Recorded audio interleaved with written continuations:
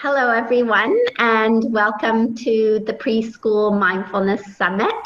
I'm really excited to welcome back Renee Metty. She was on the first summit that we did, and she is the founder at withpause.com and also the Cove School. And we have a video here that you can watch, which is a great video for anyone interested in this that was made with the Cove School. So just look out for that below this video here. And Renee has also kindly provided some resources with the link below, so you can go there and find all kinds of documents and videos and things that you can learn from. So welcome, first of all. Thank you so much for coming back and sharing with us again today. Hi, everyone. Thanks for having me. Thanks. And Renee's session today is called Play Attention, which I love the play on words there.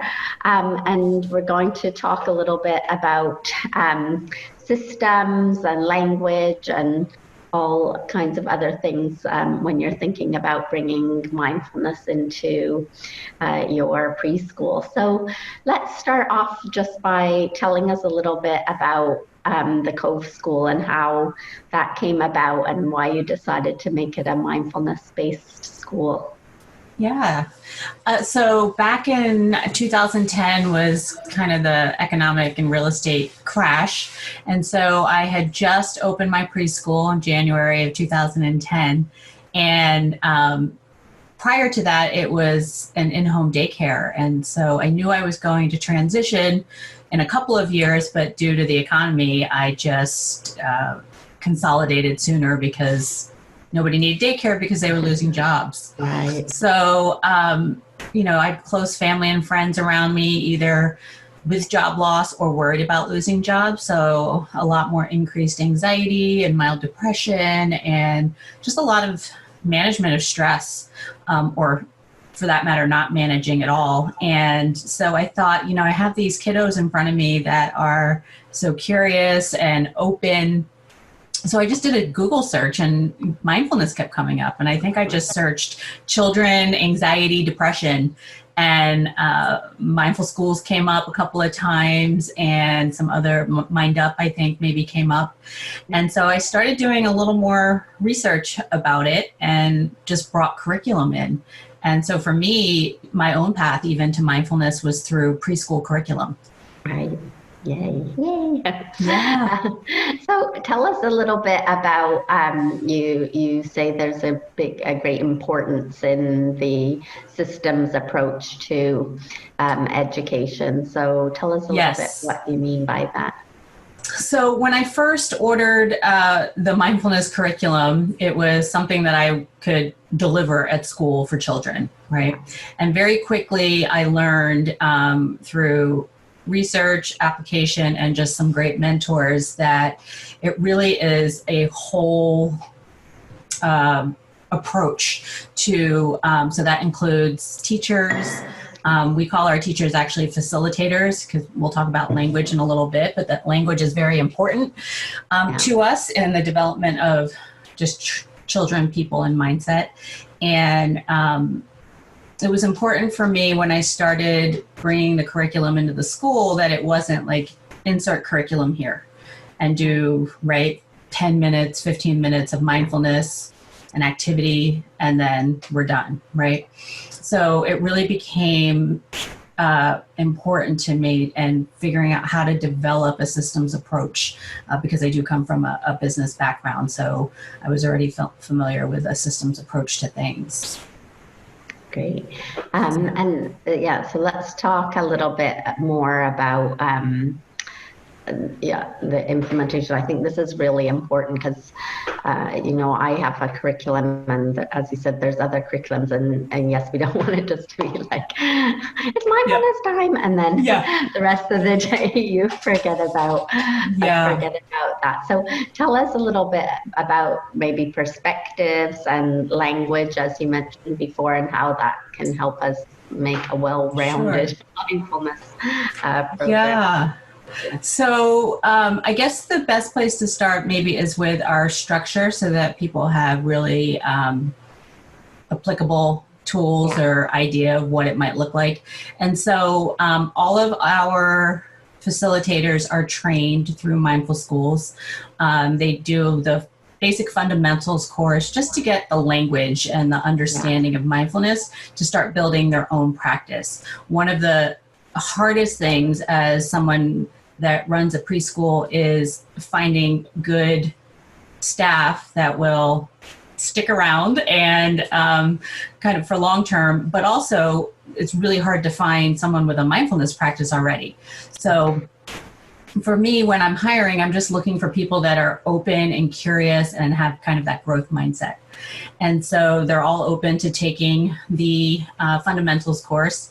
And then we weave some of the practices within our adult community of learning. And so any practice that we do with the kiddos, we will also implement into our staff meetings. We'll do professional development with our facilitators. And then after they go through that fundamentals course, if there's a really strong interest, either they're having conversation about the fundamentals course, on their own accord, they're taking the initiative, then we will provide the curriculum training for them, the educator essentials, also through Mindful Schools. And so we just go from there and kind of gauge interest. For many teachers, I remember when I was teaching in the classroom, the kind of the hurriedness and the constantly rushing around and trying to get things done before the kiddos come in and you open the door and let the children in for the school day was always very present. And so for me, embodiment of the practice was really important. So even with activities for the kids, or even when we're providing support for the adults, for me, it was the entire culture of the school where I wanted to embody the practice. So usually about 5 minutes, sometimes 10 minutes if my director can fit that in the morning. We do kind of a quiet time. So, it's really important to me that the staff wants to make it part of their day, that we're not enforcing it as a must-have. So we put a pretty large container around what that morning time looks like. So our doors open for families and children at 8:30.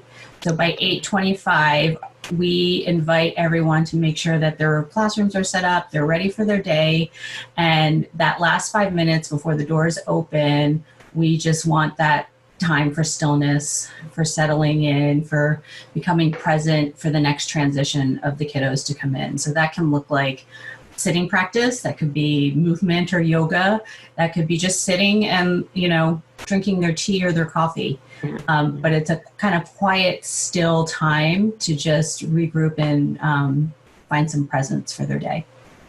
Yeah, I love that, and it's so important, I think, to have that little space between. It's a bit crazy in the morning sometimes. So to start off with the right space in your mind, I guess. So tell us a little bit more then about the language that you're using in the school. You mentioned facilitators instead of teachers. Yeah.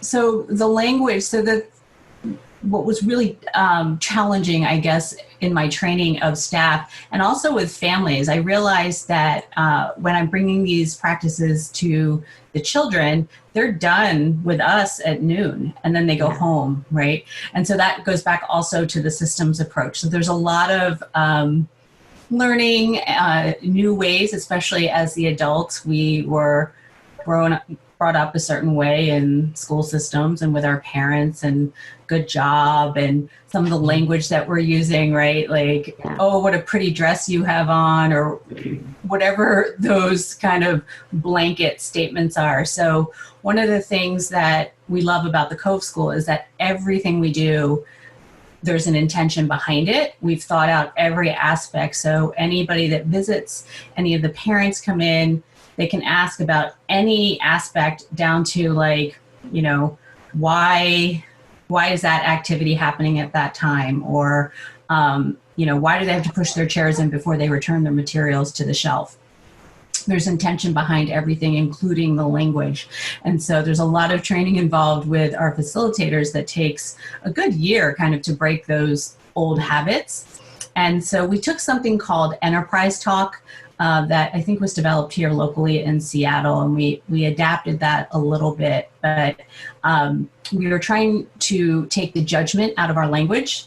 Okay. And so just modeling for parents, modeling for the students, talking about, you know, kids will often say, do you like my picture? And so we will always, it's almost like a coaching model, actually. We ask a question back. What do you think of your picture? Right. So it's not like we don't praise them at all, but we're looking at the ratio of how many times we're just throwing out, you know, oh, what a great job, and trying to look at the effort behind it, right? Yeah. And I talk to families a lot about, we get in the way a lot, both as parents and as educators. So a big part of our model is to get out of our own way so we can get out of their way and allow them to develop who they are, not who we expect them to be. Yeah. And so we have to look a lot at how are we speaking with children, how are we parenting, and the language we use as a parent with children, and what that does for future adults and citizens of the world, contributing citizens of the world. Yeah, it's so interesting. I think you're right. Like, language is so important, and I don't know if I shared this story before, but I was visiting a school, and the teacher was very positive and very enthusiastic. They were doing an art activity, and she had said, like, "Oh, great job!" And this little boy turned to me and just said, "She says that to everyone." You know, but it had come with a good intention, but it was just, it made me really think about the way that language is used, and how kids can read whether things are authentic or not as well. But I love that, flipping it around and asking questions back to the children. So tell us a little bit more about how the parents have received this work, and if you provide training for parents so they can bring this into their home in the afternoons or evenings with the children. Yeah, so it's interesting. When I got more clear on what my vision for the preschool, and that was a mindfulness-based preschool, I used to have families come to our school because the schedule worked, or they lived right near there, and, you know, we're in a pretty busy area where we're prominent and people can see us. And now a lot of the families are there because of what we're offering. And so that has really changed kind of the dynamic and the community that we have. And so we did start out, we used to do some mindful parenting courses. A lot of them already have practices themselves, the families that come to us, or have, I always tell families that, you know, you're either interested in our preschool because it's something that you're doing at home and you want that connection to stay consistent, or you're the complete opposite at home. So you need somewhere so they can have some of these, you start learning some of these tools. And so usually a lot of the support that we give parents now are in conversation, or things that they ask us, like, what else can we do at home? Because we become really focused on just quality one-on-one time, since that tends to be, particularly in this area and probably some other areas around the world, where it's very busy, very scheduled.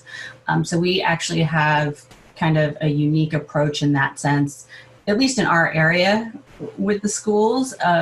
Parents will say, well, what can we do at home?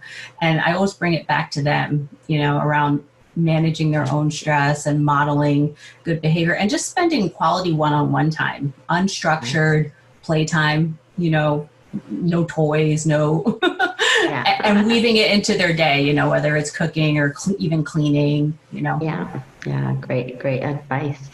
So tell us a little bit more about the role of the adults in the classroom and how they interact. So you've mentioned a lot of one-on-one time and that they're more facilitating learning rather than directing. So just talk a little bit more about that for us. So our program is a hybrid approach. We've taken high scope as part of their structure to structure our day. Mindfulness is a huge part of the culture and embodiment of what we do and how we do it. And then Montessori is the kind of the root of almost everything that we do there. So we're not a Montessori, but I always say that we're a mindfulness-based Montessori-inspired program. Okay. And so there's some individual work time where in a lot of preschools, maybe it's their playtime and it's an hour block of our day where instead of children going to like the block area or the art area in small groups, it's the Montessori model of individual work for individual children. So 4 children can sit at a table together and chat, but they're all working on something different.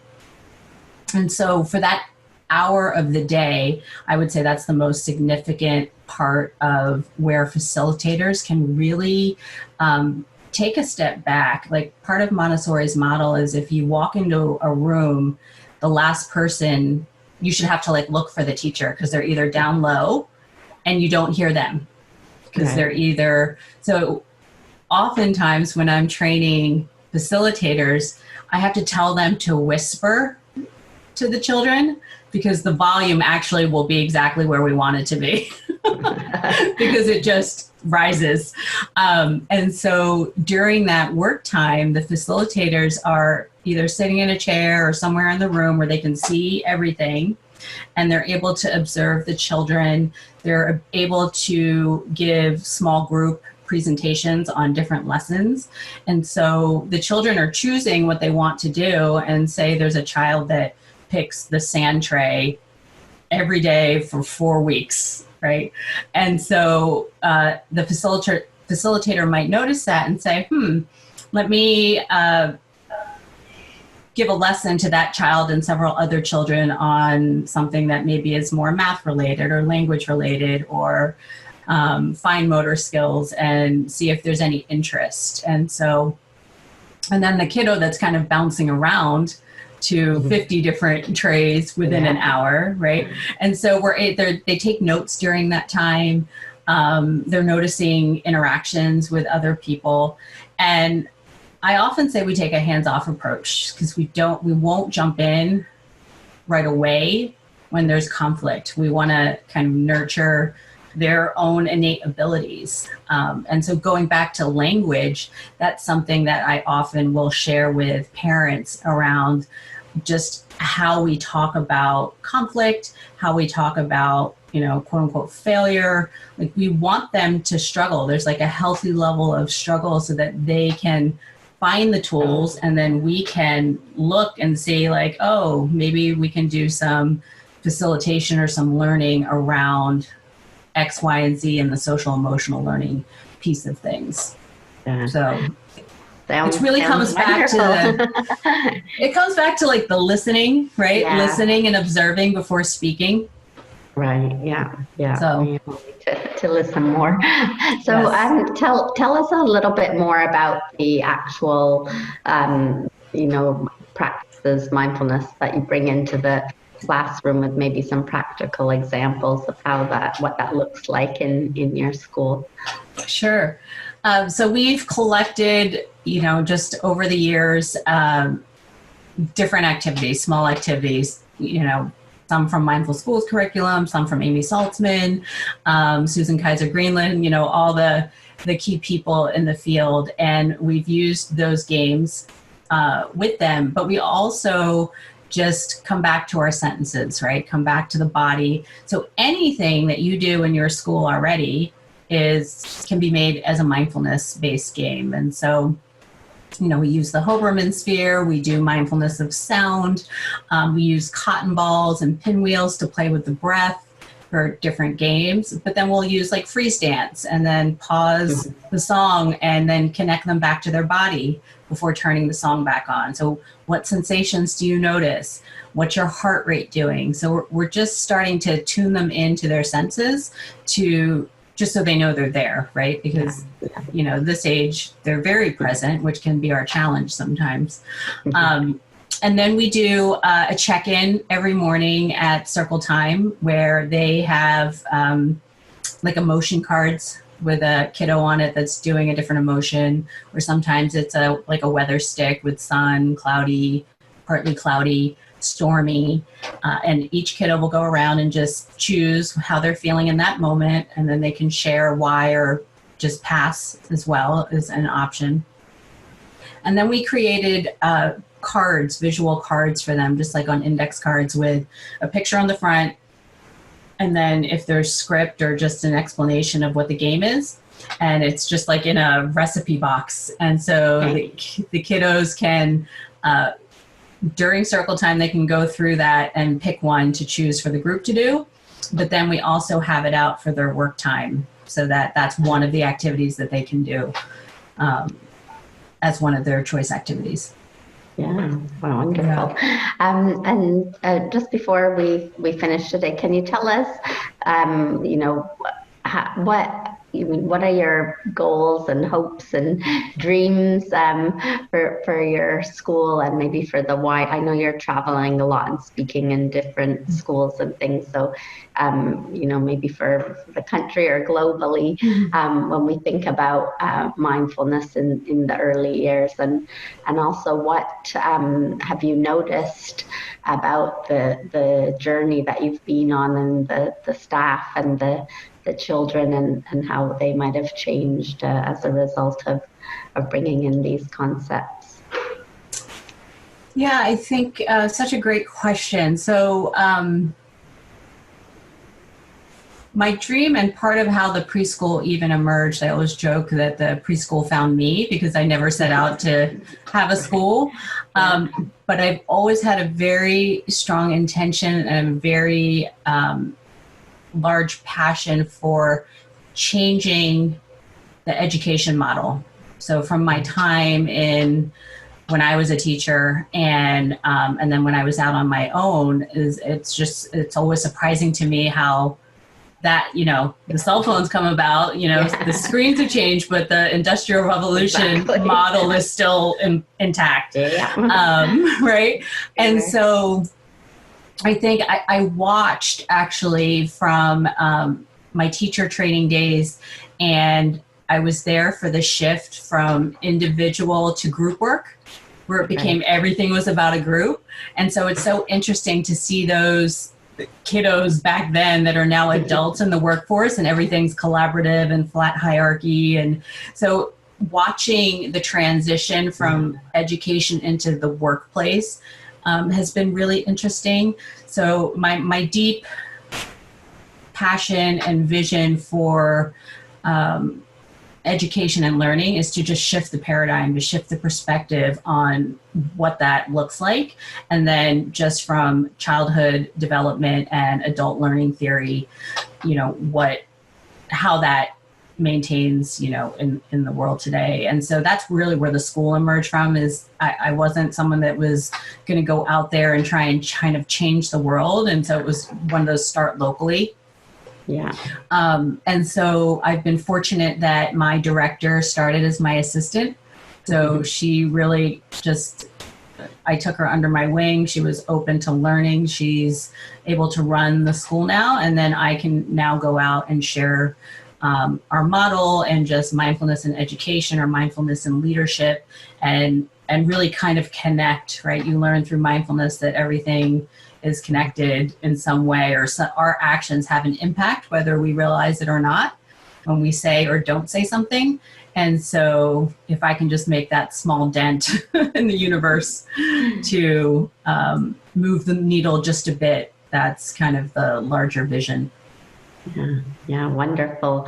Well, thank you so much, Renee, for coming on and sharing. And as I mentioned before, we'll have the video at Cove School, which is really nice to see because it kind of just exemplifies everything that Renee's been talking about. But please check out her website as well. She's got lots of resources on there. And thank you again for joining us on the summit. Yes, thank you so much for having me. I appreciate it. Thanks.